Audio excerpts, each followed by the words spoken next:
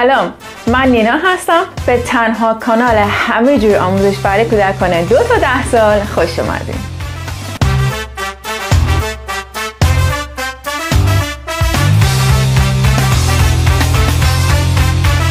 شما راست دست هستین و یا چپ دست؟ تحقیقات نشون میده که راست دست ها در هنر قوی تر هستن و چپ دست ها در ریاضی، که البته خیلی هم نمیتونه قطعیت داشته باشه. چرا؟ چون افراد هنرمندی مانند داوینچی چپ دست بودن و ریاضیدان های مثل نیوتن راست دست. حالا میخوایم ببینیم که چطور میتونیم هم در ریاضی قوی باشیم و هم در هنر. مغز ما به 2 نیمکره تقسیم میشه. افراد راست دست از نیمکره سمت چپ و افراد چپ دست از نیمکره سمت راست خودشون استفاده میکنن. با نیمکره سمت چپ مغز ما وظایف مثل خوندن، نوشتن، صحبت کردن، ادراک و حساب و کتاب رو به عهده داره و نیمکره سمت راست ما هنر، موسیقی، شناخت الگوها، درک فضایی رو به عهده داره. حالا میخوایم بدونیم که آیا راهی وجود داره که هم بتونیم نیمکره سمت راست مغزمون رو فعال بکنیم و هم نیمکره چپ؟ قطعا راه حل هایی وجود داره، فعالیت‌هایی وجود داره که با استفاده از اونها میتونیم هر دو نیمکره مغز خودمون رو فعال بکنیم و از اونها در زمینه‌های مختلف استفاده کنیم. فعالیت‌های مثل یادگیری و انجام دادن هنر، موسیقی، ورزش کردن، یادگیری زبان خارجی، انجام پازل‌ها، جدول‌های کلمات و فعالیت‌های مثل این میتونه به بهبود عملکرد هر دو نیمکره ما کمک کنه. حالا میخوام ببینیم که فایده این فعال کردن و تقویت کردن مغز چه چیزایی میتونه باشه. ورزش کردن و فعال نگه داشتن مغز، افزایش عملکرد مغز، تعادل و ارتباط بین هر دو نیمکره، هماهنگی بین چشم و دست، افزایش حافظه و تمرکز، افزایش خلاقیت و حل مسئله، رشد شناختی و عاطفی و اجتماعی و در نهایت سلامت روانی و موفقیت تحصیلی. با انجام فعالیت‌هایی میتونیم هر دو نیمکره مغز کودکان رو فعال بکنیم. مثلا با گذاشتن هر دو انگشت و حرکت دادن اونها به صورت همزمان برای یک سری خطوط، اشکال، تصاویر و یا علامت‌های مختلف میتونیم هر دو نیمکره مغز کودکان رو فعال بکنیم. و البته این کار در درمان مشکلات یادگیری و خواندن کودکان بسیار میتونه براشون مؤثر باشه. نکته که دلم میخواد اینجا عنوان بکنم این هستش که این فعالیت ها برای تمام گروه سنی میتونه مناسب بشه، خصوصا کودکان و سالمندان.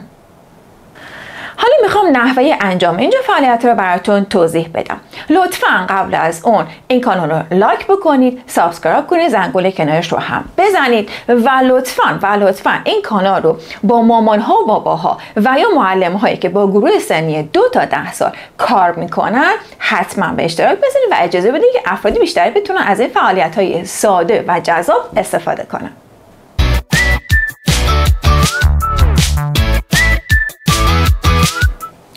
فعالیت‌ها به صورت کاربرد میتونن تهیه بشن که باعث تقویت مهارت‌های حرکتی و مغز کودکان میشه از طریق حرکت دادن همزمان سمت راست و سمت چپ و یا دست راست و دست چپ کودکان برای یک سری خطوط، اشکال و یا علامت‌ها.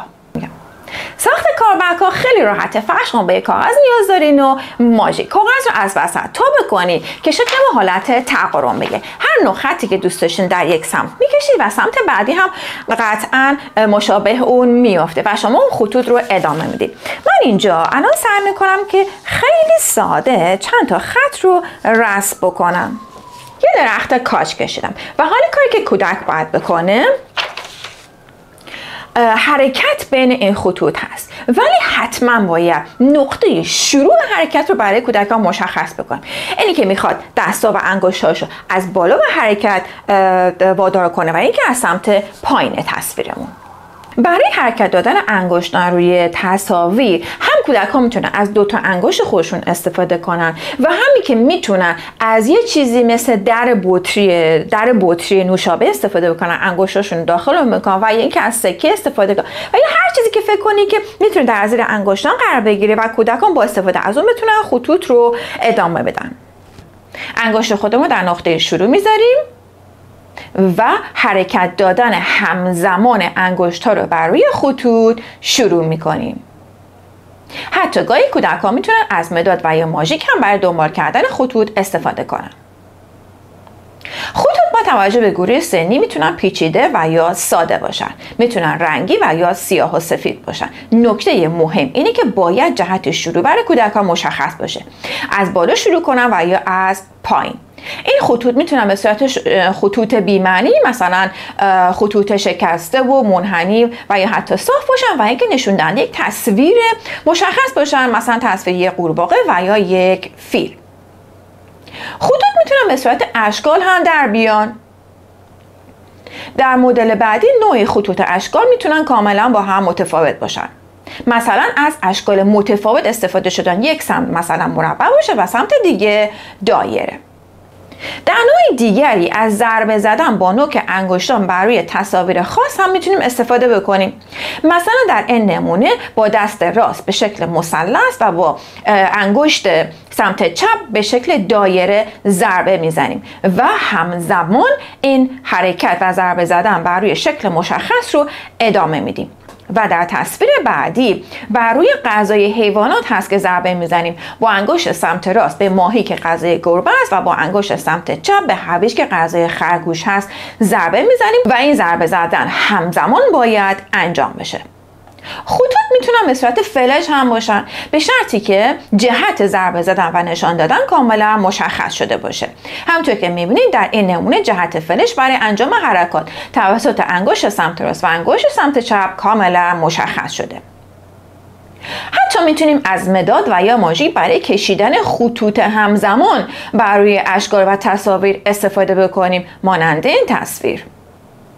در این نمونه ساده در یک سمت یک نقطه و در مقابل اون دو نقطه میذاریم و همینطور ادامه میدیم، یعنی 1 2 1 2 1 2 در یک سمت و در سمت دیگه 2 1 2 1 2 1 خطوط رو میگذاریم.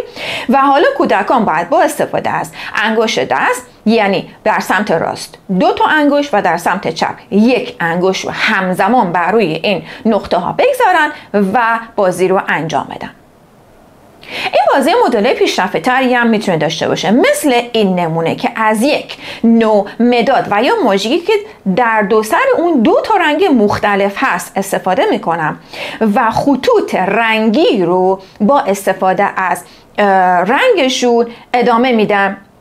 هر زمان که رنگ خط عوض میشه، رنگ اون ماژیک هم عوض میشه و از سمت دیگر اون ماژیک و یا مداد استفاده میکنم. همچنین که گفته شد از هر نوع خط و یا تصویری میتونید برای ساختن این نوع کاربرک‌ها با هدف ایجاد تمرکز و تعادل بین هر نیمکره استفاده کنید. حتی میتونید از استیکرهای خیلی ریزی که در بازار هستن استفاده بکنید، به شرط اینکه برای کودک یک مدلی قرار بدین و براش کاملا مشخص کنید روی چه نوع تصویری باید ضربه بزنه و یا از کجا باید اون خط رو حرکت بده و بازی رو شروع بکنه.